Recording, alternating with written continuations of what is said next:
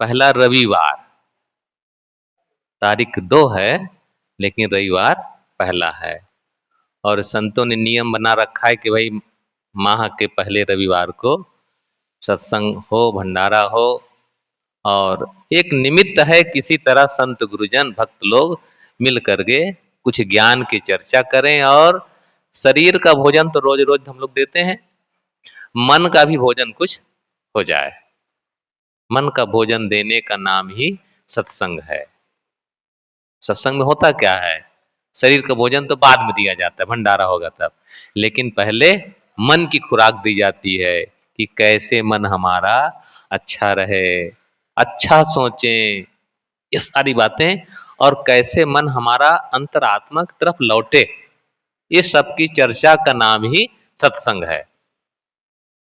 बाहर तो दौड़ बहुत है और दौड़ने की अपनी सीमा है, कहां तक दौड़ेंगे, अंत में तो लौटना पड़ेगा।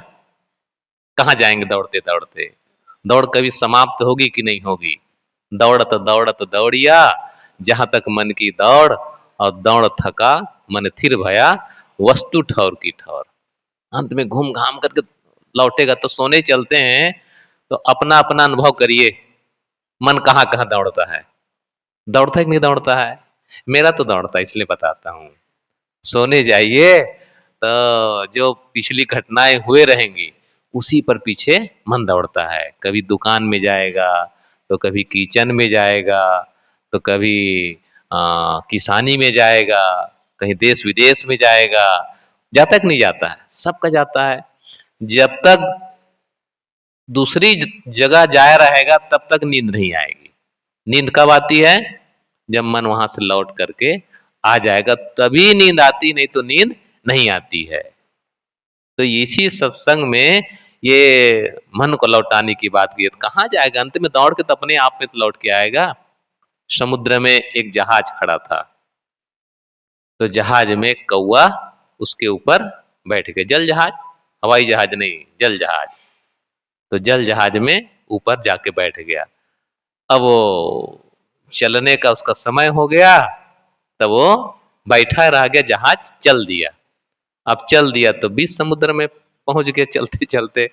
अब कौवा वहीं बैठा का बैठा रह गया। थोड़ा बहुत उड़ता तो देखता सब तरफ पानी पानी पानी पानी, कहाँ तक उड़े हो, कोई थल दिखता ही नहीं था। अंत में थक हार करके फिर उसी जहाज में लौट के आता था। ऐसे ही हम लोग का मन है, कहाँ तक दौड़ेगा, अंत में तो लौट के आना पड़ेगा। कहाँ जाओगे, जन्म लिए हैं तो अंत में मृत्यु में समाना ही पड़ेगा, कहाँ जाएंगे। एक महात्मा जी बैठे थे और ध्यान में बैठे तो एक चोर आया उधर से, और कंबल उसका ऐसे रखा हुआ था, तो कंबल को लेकर के भागा वो चोर। तो संत जान पाए तो वो भी पीछे दौड़ा कि चोर चोर चोर। अब भागते भागते, अब महात्मा कहाँ तक चोर के पीछे दौड़े, कहाँ तक पीछा पाए। अब चोर तो चोरी करने वाला तो अपने जान बचा करके भागता है, कैसे भी उन पकड़ में नहीं आए।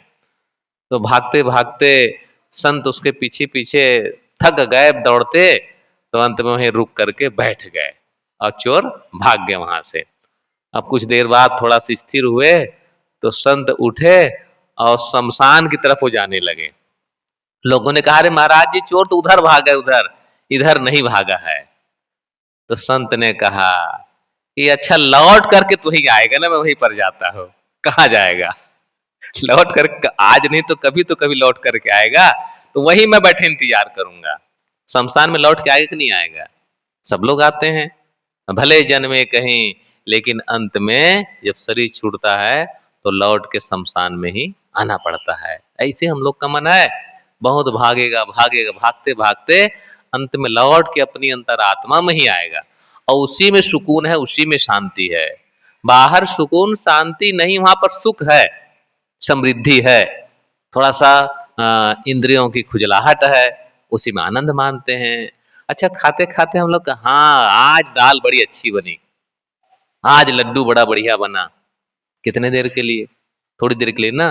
अंत कितना खाएंगे, अच्छा खाते खाते कितना खाएंगे, उसकी एक सीमा है। तो सीमा है, उसके बाद तो उसको बंद करना ही पड़ेगा, अंत में लौट के आना ही पड़ेगा।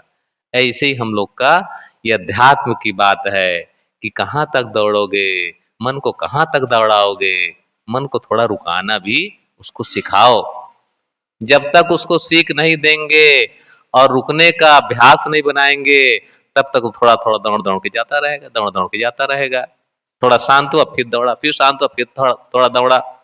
और ये मन ऐसा है कि ऐसा अभ्यास उसका बन जाता है कि दुख पाते हुए भी उसको फिर से वो करना चाहता है।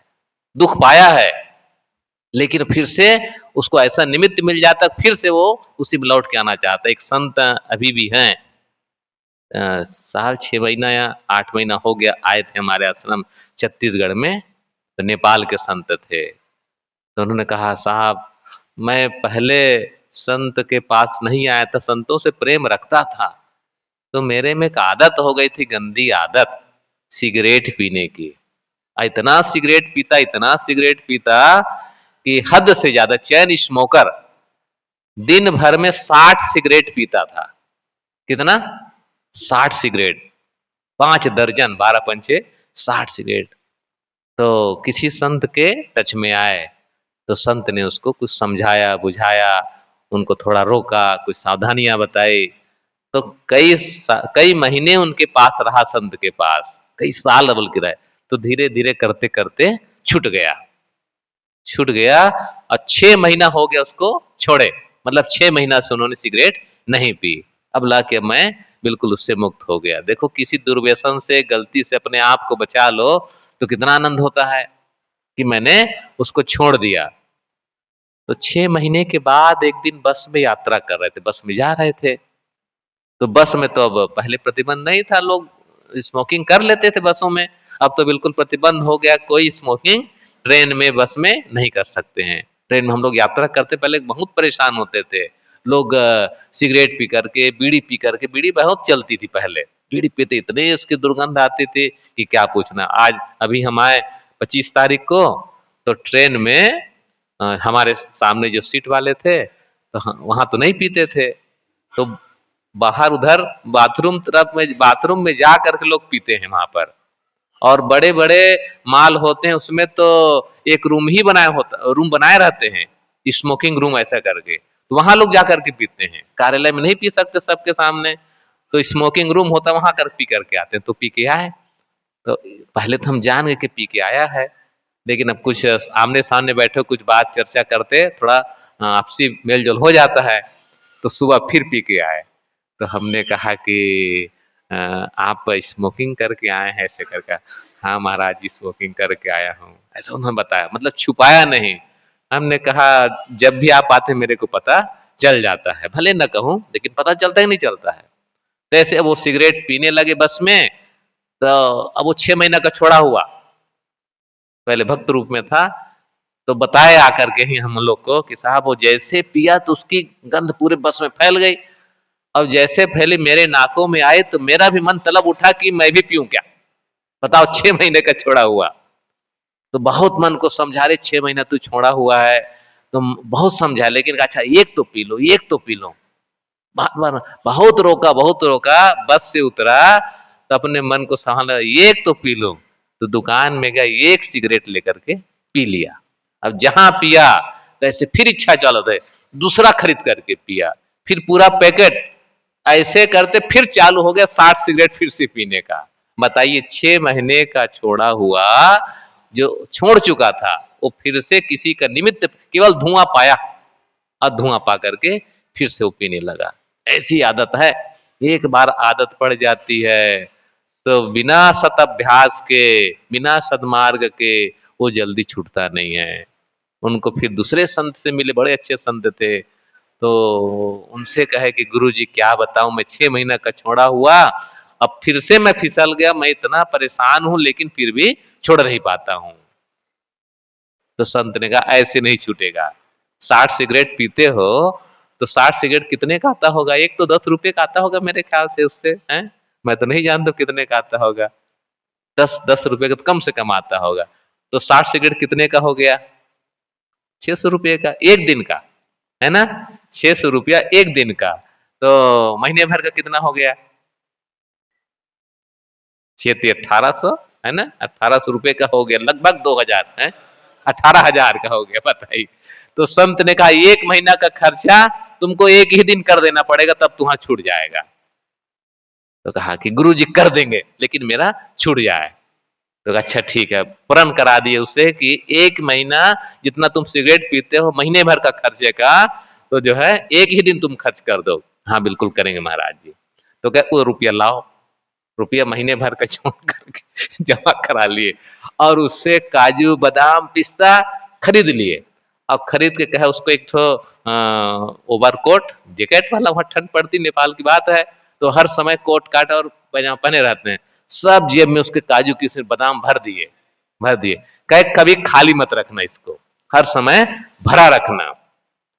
जब जब सिगरेट पीने की इच्छा हो बस मुट्ठी निकाल निकाल वही खाते रहना, बस एक ही काम करना तुम। जब जब सिगरेट पीने की इच्छा हो बस वो मुट्ठी भर भर के काजू बादाम किशमिश जितना रखा सब वही खाते जाना।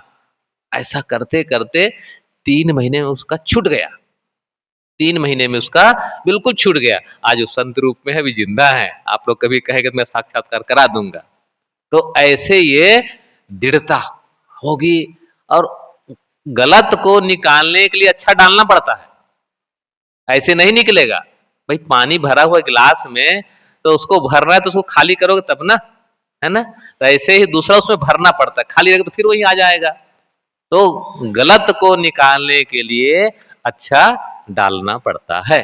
ऐसी सत्संग है, सत्संग में अच्छा डाला जाता है, डालते जाओ डालते जाओ। वो कौवा वाली कहानी आप लोग बचपन में पढ़े होंगे। गिलास में पानी था घड़ा में, तो पानी कम था, कौवा प्यासा, तो कैसे पानी पिया, अंदर तो जा नहीं सकता था।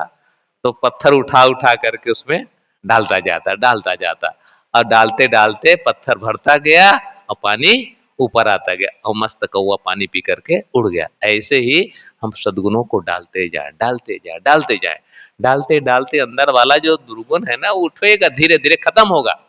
भरा तो सबके अंदर है, वो कब पता चलता है, ऐसे पता नहीं चलेगा, ध्यान करेंगे तब पता चलता है। खाते पीते सोते जागते भजन भक्ति करते नहीं पता चलता है। ढोल मंजीरा गाते रहो, बढ़िया भजन गाते रहो, प्रवचन सुनते रहो, अंदर वाला पता नहीं चलेगा। कब पता चलेगा, जब ध्यान में बैठेंगे ना तब पता चलता है। पता चलाना हो तो ध्यान में सुबह बैठ के देखिएगा, निकलता है कि नहीं निकलता है। सुबह सुबह निकलेगा वो, जब जब ध्यान में बैठेंगे तब तब निकलता है। मन सात्विक वृत्ति वाला, थोड़ा ध्यान साधना चिंतन, अच्छा मैं भी भजन करूंगा, मैं भी भक्ति करूंगा, मैं भी ध्यान करूंगा। मन कहता अच्छा हाँ बिल्कुल करो, मैं भी यही चाहता हूं। और मन ऐसा चालाक है कि भजन भक्ति में बैठा करके कब धीरे से थे चोरी करने चला जाता है, जान नहीं पाते हैं। वो ठग है ठग। कबीर साहब ने कहा ई मन चंचल, ई मन चोर, ई मन शुद्ध ठगहार, और मन मन करते सुर नर मुनि जहड़े, मन के लक्ष्य द्वार। ये मन कैसा है, ये चोर है, चंचल है, और ठग ठग भी है। ठग तो इतना, ठग ठग किसको कहते हैं, चोर में ठग में डाकू में अंतर है। चोर कैसा करता है, चुपके से ले जाएगा।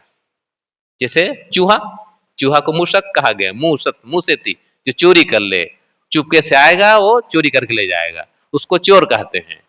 और ठग किसको कहते हैं, नहीं डाकू किसको कहते हैं, डाकू जो चैलेंज दे के आएगा, सावधान रहना 12 बजे मैं आने वाला हूं, उसको डकैत कहते हैं, चैलेंज दे के आएगा। आप जान रहे हैं तो व्यवस्था तुम कर लो भाई, तीर तलवार जो रखना रख लो, मैं आने वाला हूं। वो डाकू चैलेंज दे के आता है।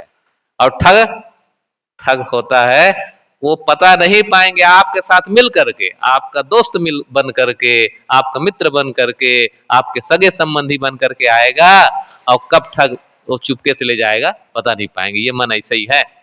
हमारे साथ भजन भक्ति का भाव रखता है, हाँ बढ़िया बहुत अच्छी बात है, सत्संग में जाना अच्छी बात है, ध्यान करना अच्छी बात है, मैं भी तुम्हारा सहयोग करूंगा, ऐसा मन कहता है तो बैठाता भी है। और फिर धीरे से कब कुछ चिंतन में ले जाएगा पता नहीं चलता है, ये कहाँ कहाँ भटकाता रहता है।